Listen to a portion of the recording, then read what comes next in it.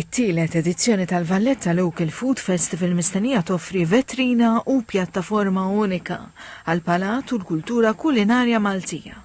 Fejn min iħobb l-ikel jista' jkonsma tomit awtentiċi filwaqt li jesplora talenti ta' koki u artiġjani lokali.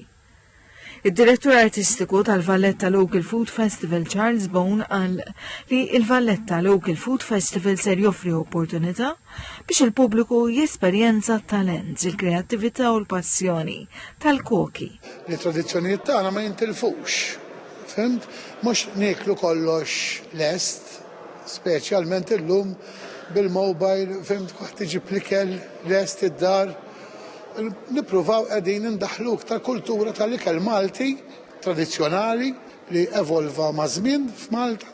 Il-kok Ronika Rwana ser ikun qiegħed jikkrea l-ħelu Malti bi prodotti tradizzjonali Maltin.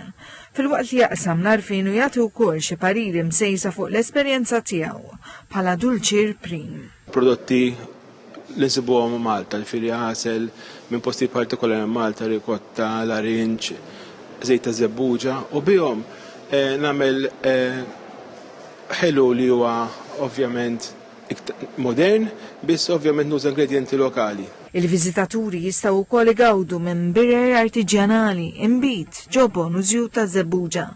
L-avveniment jinkludi mużika live, artiġjanat Malti u workshop mill-Malt Accelerate tal-kumpaniji ġodda dwar produzzjoni tal-ikel li ġej mill-bidja.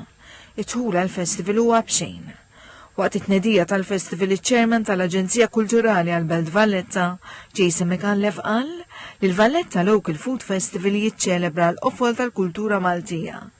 Il-Ministru għall-Wirt Nazzjonali, l-Arti u l-Gvern Lokali Owen Bonici qal li l-Valletta Local Food Festival huwa xempju perfett ta' kif it-tradizzjonijiet kulinari tagħna jaqdu lin-nies u jikkontribwixxu għall-identità nazzjonali tagħna.